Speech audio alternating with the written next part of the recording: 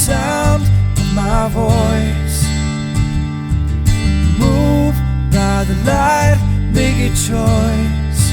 Listen to my voice. I got something to say. This is your Resolve to Read daily reading. It's March 8th, and we're reading from the book of Deuteronomy. Then Moses went out and spoke these words to all Israel. I am now 120 years old, and I am no longer able to lead you. Yahuwah has said to me, you shall not cross the Jordan. Yahuwah your God himself will cross over ahead of you. He will destroy these nations before you, and you will take possession of their land. Joshua will also cross over ahead of you, as Yahuwah said. And Yahuwah will do to them what he did to Sihon and Og, the kings of the Amorites whom he destroyed along with their land. Yahuwah will deliver them to you, and you must do to them all that I have commanded you. Be strong and courageous. Do not be afraid or terrified because of them, for Yahuwah your God goes with you. He will never leave you, nor forsake you. Then Moses summoned Joshua, that is Yeshua, and said to him in the presence of all Israel, be strong and courageous, for you must go with this people into the land that Yahuwah swore to their forefathers to give them, and you must divide it among them as their inheritance. Yahuwah himself goes before you and will be with you, and he will never leave you nor forsake you. Do not be afraid. Do not be discouraged. Yahuwah said to Moses, now the day of your death is near. Call Joshua and present yourselves at the tent of meeting, where I will commission him. So Moses and Joshua came and presented themselves at the tent of meeting. Then Yahuwah appeared at the tent in a pillar of cloud, and the cloud stood over the entrance to the tent. Yahuwah gave this command to Joshua son of Nun. Be strong and courageous, for you will bring the Israelites into the land I promised them on oath, and I myself will be with you. And Yahuwah said to Moses, you are going to rest with your fathers, and these people will soon prostitute themselves to the foreign gods of the land they are entering. They will forsake me and break the covenant I made with them. On that day I will become angry with them and forsake them. I will hide my face from them, and they will be destroyed.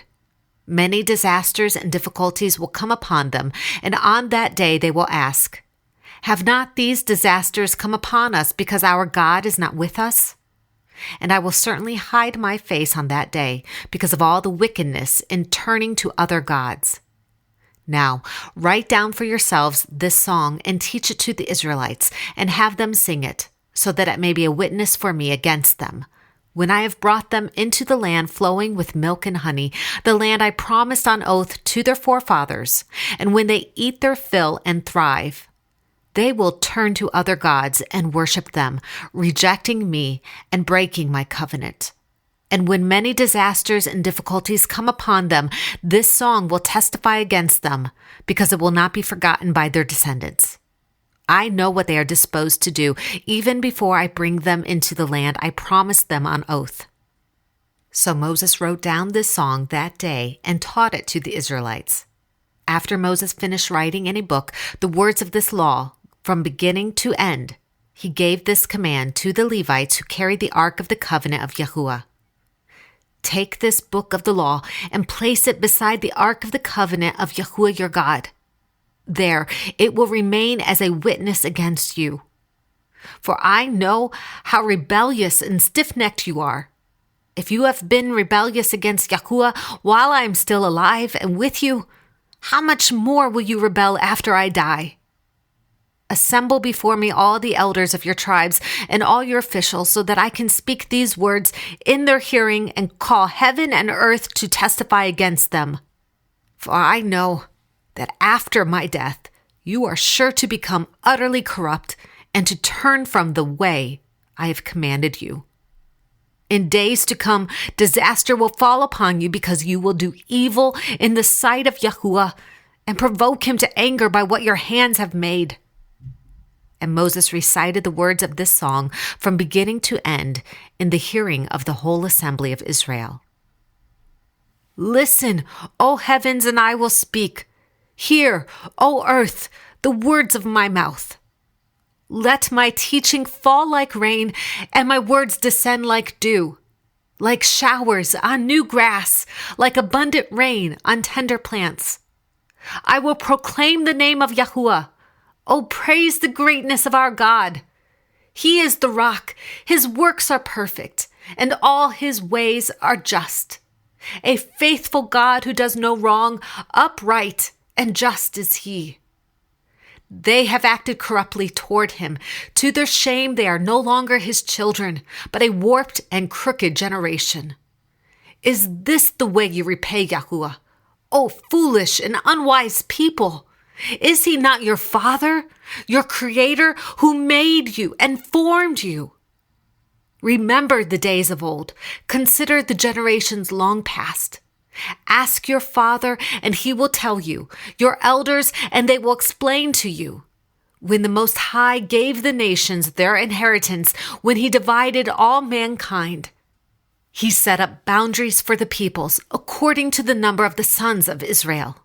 For Yahuwah's portion is his people, Jacob, his allotted inheritance. In a desert land he found him, in a barren and hollowing waste. He shielded him and cared for him. He guarded him as the apple of his eye, like an eagle that stirs up its nest and hovers over its young, that spreads its wings to catch them and carries them on its pinions. Yahuwah alone led him. No foreign god was with him. He made him ride on the heights of the land and fed him with the fruit of the fields.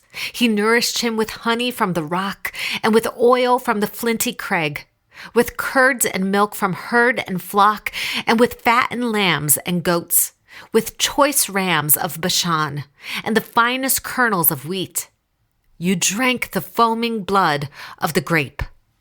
Jeshurun grew fat and kicked. Filled with food, he became heavy and sleek. He abandoned the God who made him and rejected the rock, his savior. They made him jealous with their foreign gods and angered him with their detestable idols. They sacrificed to demons, which are not God, gods they had not known, gods that recently appeared, gods your fathers did not fear. You deserted the rock who fathered you. You forgot the God who gave you birth. Yahuwah saw this and rejected them because he was angered by his sons and daughters. I will hide my face from them, he said, and see what their end will be. For they are a perverse generation, children who are unfaithful. They made me jealous by what is no God and angered me with their worthless idols. I will make them envious by those who are not a people. I will make them angry by a nation that has no understanding.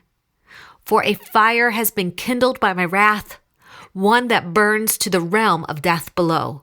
It will devour the earth and its harvest, and set afire the foundations of the mountains.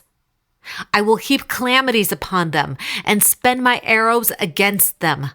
I will send wasting famine against them, consuming pestilence and deadly plague. I will send against them the fangs of wild beasts, the venom of vipers that glide in the dust. In the street the sword will make them childless. In their homes terror will reign. Young men and young women will perish, infants and gray-haired men. I said I would scatter them and blot out their memory from mankind. But I dreaded the taunt of the enemy, lest their adversary misunderstand and say, our hand has triumphed. Yahuwah has not done all this. They are a nation without sense.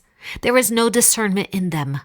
If only they were wise and would understand this and discern what their end will be. How could one man chase 1,000 or two put 10,000 to flight?